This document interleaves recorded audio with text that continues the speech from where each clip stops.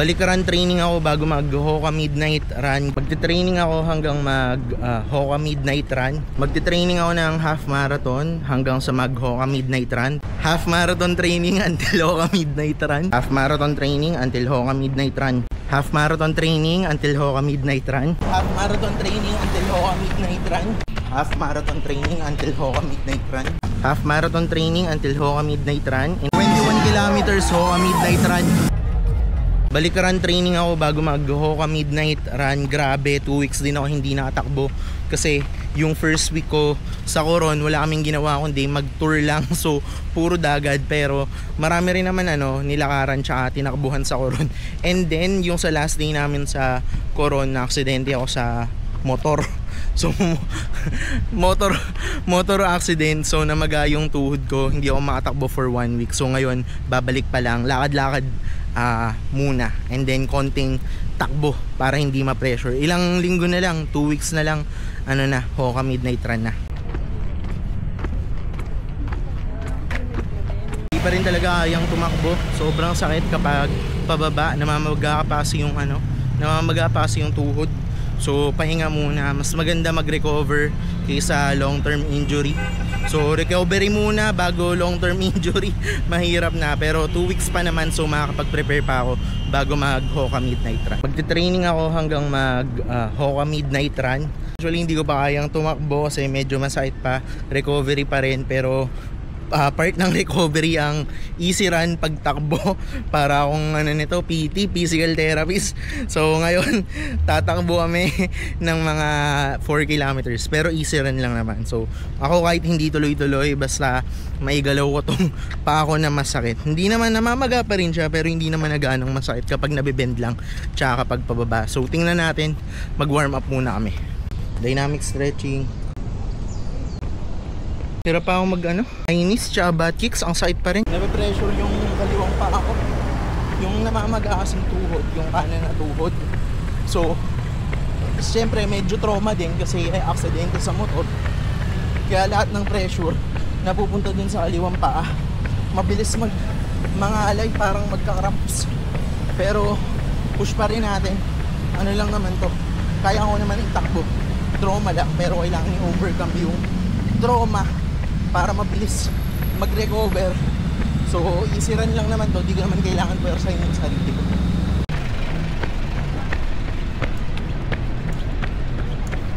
Tapos na, 4 km easy run.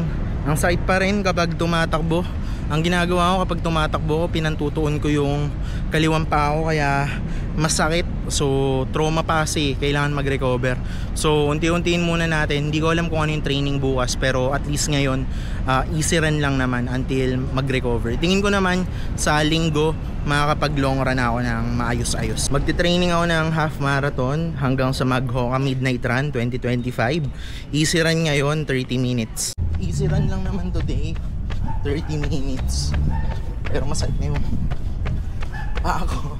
Pero okay lang yan, part yan ng recovery. Mamaya mag-cool down naman ako, tapos mag-foam rolling para medyo kayanin.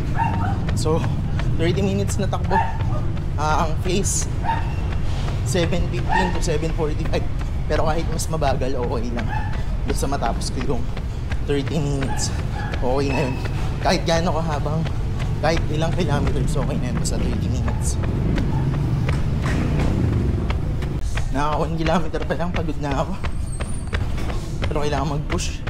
Dan na, 30 minutes run. Nakakapagod, sobrang bagal ng pacing ko, mga 10 minutes per kilometer. Pero okay lang yan, recovery pa rin. Bukas, rest day. So puro foam rolling ako bukas para sa Sunday makapag long run. Half marathon training until Hoka Midnight Run. Dumating na kanina yung race kit namin. Kayo, dumating na ba yung mga race kit nyo? Gusto niya nang bugsan yun sa akin kasi susuotin niya daw. Wala na daw siyang damit ngayon, pantakbo. Ayan o, gumigilid-gilid po, tatago.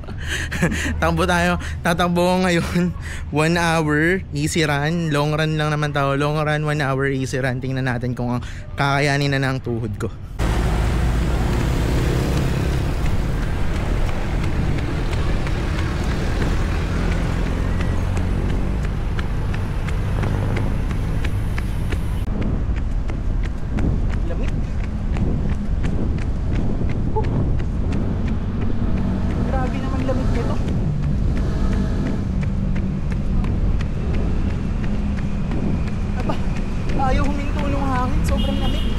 Tapos na 1 hour running, more than 5 kilometers din. Pero ano, dati yung mga 5 kilometers nasa 37-38 minutes, ngayon 5 kilometers nasa 1 hour. Madami rin kasing lakad tsaka hinto. Pero tingin ko magiging okay naman na to bago mag Hoka Midnight Run. So ano pa rin natin, paghandaan pa rin natin, 2 weeks pa rin naman. Half marathon training until Hoka Midnight Run.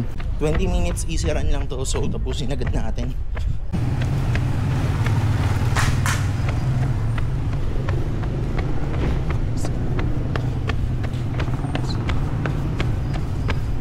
Naka 8 minutes pa lang ako, pagod na ako.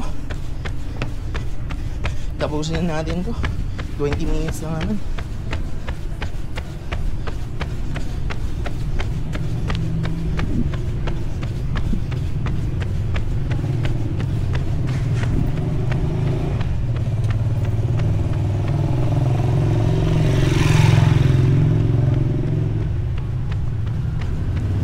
Done na, 20 minutes easy recovery run. Sana sa mga susunod na araw makapag tempo o kaya intervals na ako. Sumasakit pa rin yung tuhod ko kapag napupunta sa kanang tuhod yung force. Pero I hope makapag training na ako ng maayos bago mag Hoka Midnight Run. Half marathon training until Hoka Midnight Run. Maaga ako gumising today para mag-intervals. Titingnan ko kung kaya ko na mag-speed work, kaya ko na mag-intervals. Sumasakit pa rin. Konting-konti na lang naman yung sakit sa tuhod ko, pero tingin ko kaya naman na 1 week na lang yung preparation bago mag Hoka Midnight Run. So sulitin na natin.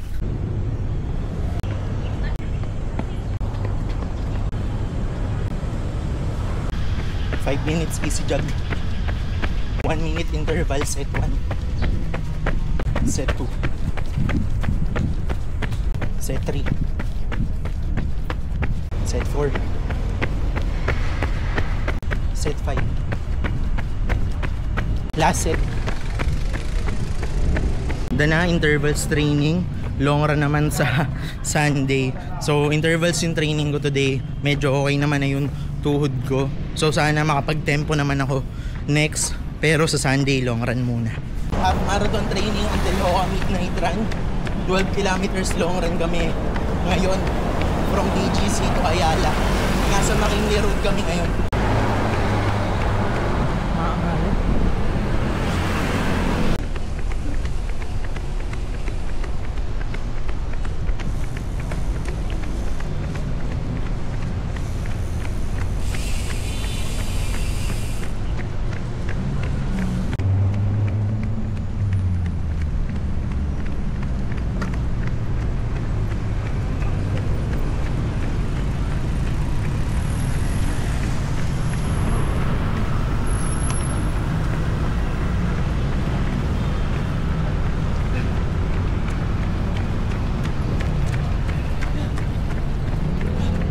Done na, 12 kilometers long run sa Sunday na ulit. Next Sunday, Hoka Midnight Run na. Solid! Half marathon training until Hoka Midnight Run. 5 days na lang, Hoka Midnight Run na. 1.5 kilometer warm up jog ako ngayon. Tapos after nun, 6 times ng 400 meters na intervals. After ng warm up jog, dynamic stretching muna. Done na dynamic stretching, hinga lang ako ng konti. Tapos start na sa intervals. Set 1, set 2. After ng second set, sumasakit na yung tuhod ko.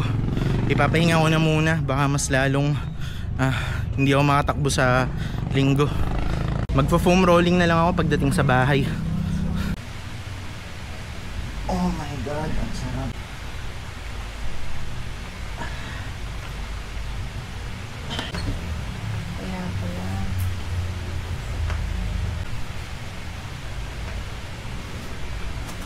Sarap. Half marathon training until Hoka Midnight Run. Inagahan ko gumising ngayon para makapag-tempo run ako. 7 minutes easy jog.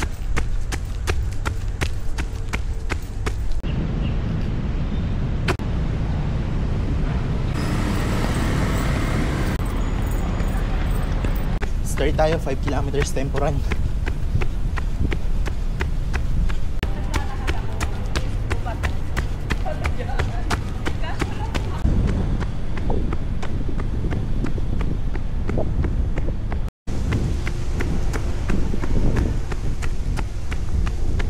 Done 5 km tempo run. Cool down walk naman, tapos foam rolling mamaya pagdating sa bahay. Bukas, rest day. Sa Saturday, shakeout jog. Tapos Sunday, Hoka Midnight Run na. Let's go. See you. 21 kilometers Hoka Midnight Run.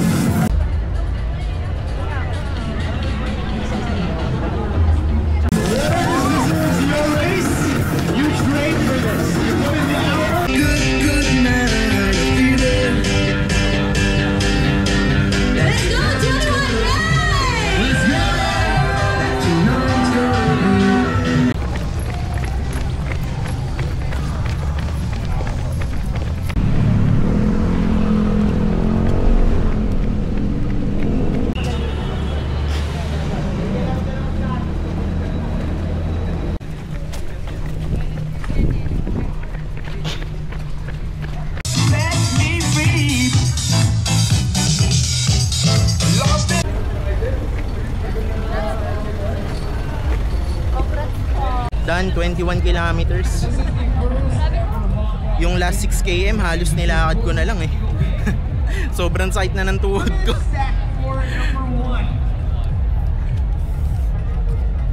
Natapos din at nakapagpahinga after na mahabang Hoka Midnight Run. Grabe yung sinakit ng tuhod ko doon. Sa mga 15 kilometers na, yung last 6 kilometers, sobrang sakit na ng tuhod ko. Nilakad ko na lang hanggang matapos yung Hoka Midnight Run. Pero okay na rin yun kaysa mas lumala yung injury sa tuhod. Sa mga susunod na fun run, sa mga susunod na races or marathon, dun tayo babawi. Kailangan muna ng max recovery, strength training. Dito ako masasabi na hindi enough yung 2 weeks na training, hindi rin enough na after ng bakasyon tsaka babalik ng training. Hindi rin enough na after mo maka-recover sa injury, 2 weeks ka lang magte-training and then tatakbo ka for a half marathon. So, sobrang nakakatuwa, sobrang saya, sobrang nakakatuwa. Nakita mo naman yung results, ayun yung results natin. Pero at least at the end of the day, naging masaya tayo. Pero sana ang ginawa ko yesterday, mas in-enjoy ko na lang yung run kasi sobrang daming mga supporters, sobrang daming mga DJ din, kaya sobrang ingay during the Hoka Midnight Run. Sa susunod na mga runs ulit, ayusin natin.